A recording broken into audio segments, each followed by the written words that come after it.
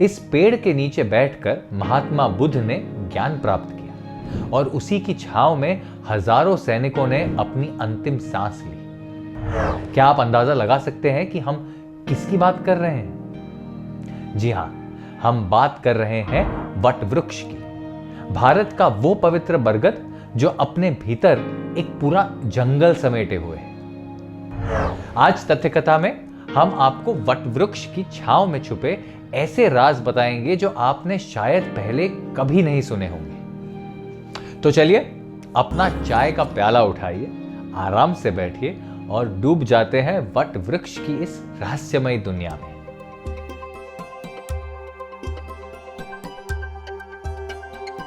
Ficus का मतलब होता है अंजीर, क्योंकि यह पेड़ अंजीर के परिवार से ताल्लुक रखता है। और बेंगालेंसिस ये नाम बंगाल से लिया गया है, जहां ये पेड़ बहुतायत में मिलते हैं और शायद जहां पहली बार अंग्रेजों ने इसे देखा और एक खास प्रजाति के तौर पर इसका लैटिन में नाम रख दिया। पर बैंयान नाम ही कैसे पड़ा? पुराने समय में व्यापारी इस पेड़ की छांव में बैठकर अपना कारोबार करते थे। सिर्फ छांव ही नहीं, बल्कि ये पेड़ व्यापारियों के लिए एक बाजार भी था, जहां गांव के लोग इकट्ठा होते, बातें करते और सामान बेचते।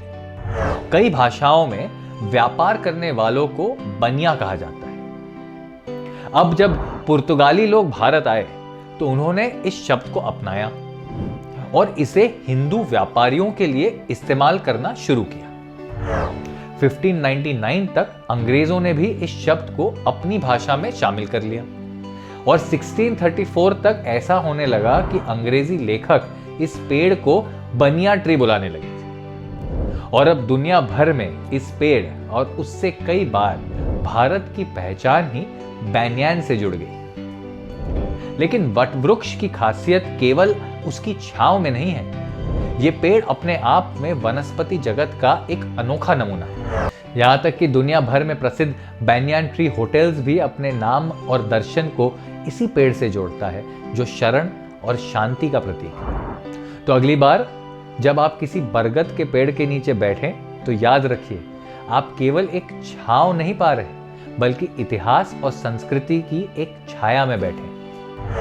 अब चलिए बात करते हैं वट वृक्ष के हमारे रोजमर्रा के जीवन में महत्व की। वट वृक्ष केवल छांव देने के लिए नहीं, बल्कि एक प्राकृतिक औषधालय भी है। इसकी छाल, पत्ते और यहां तक कि इसकी दूधिया रस का उपयोग सदियों से पारंपरिक चिकित्सा में किया जाता है। यह डायबिटीज से लेकर डायरिया तक सब कुछ ठीक करने में मदद करता है। और केवल इंसानों के लिए नहीं, वट वृक्ष पशु पक्षियों के लिए भी एक शरण स्थल है। पक्षी, चमगादड़ और यहां तक कि छोटे छोटे अंजीर के ततैये भी वट वृक्ष के जीवन चक्र का हिस्सा होते हैं। ये ततैया अंजीर को परागण करते हैं, जो वास्तव में फल नहीं बल्कि फूलों का एक समूह है। ये एक परस्पर लाभकारी रिश्ता है। ततैया को अपने अंडे देने की जगह मिलती है और पेड़ को परागण का लाभ। लेकिन वट वृक्ष की छांव के नीचे कुछ भी नहीं उगता।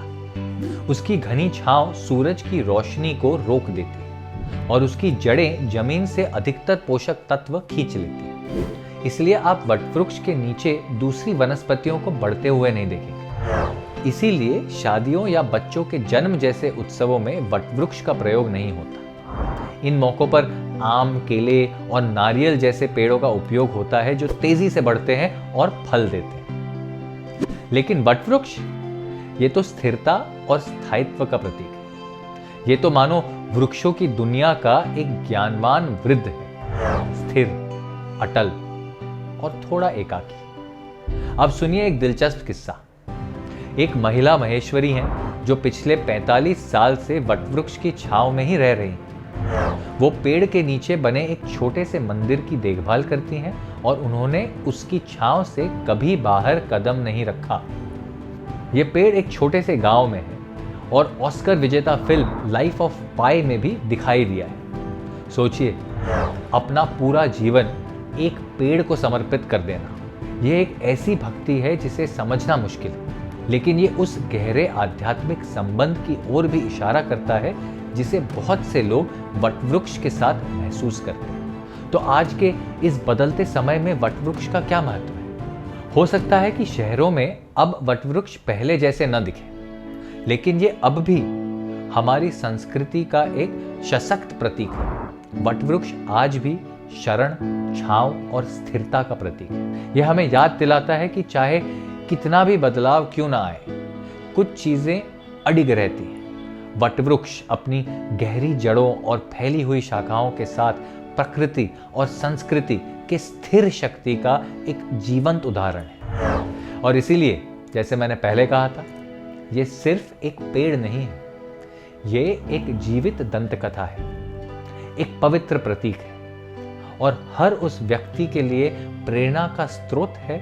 जिसने उसकी छांव में बैठकर उसकी अनगिनत कहानियों को महसूस किया है। तो दोस्तों, जब अगली बार आप वटवृक्ष को देखें तो एक पल रुकें, उसका सम्मान करें। सोचिए उन अनगिनत पीढ़ियों के बारे में जिन्होंने उसी छांव में शरण ली, प्रेरणा पाई और खुद को कुछ बड़ा महसूस किया। धन्यवाद। आपने तथ्य कथा के इस एपिसोड को देखा।